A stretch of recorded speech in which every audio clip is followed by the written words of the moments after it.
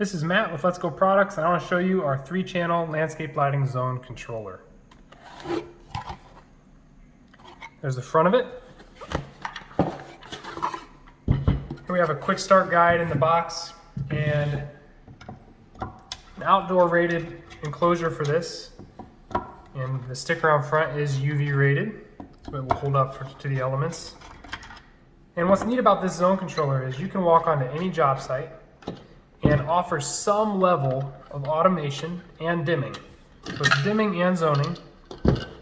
Have all your wire nuts in here and the screws to mount it on the wall and the plugs for the box. This is your back box, has your knockouts on every side. So you put that on the wall first. And then you have 3 isolated zone control channels. So this ties into home automation systems. This ties into your high-end Control4, Lutron, if they already have an existing relay board or they can add a relay board. This ties into irrigation controllers. It ties into motion sensors, driveway sensors, gate sensors, and allows you to walk on a job site and really offer a unique or needed solution to anything that your customer wants to accomplish. So we're excited. This is now on the market.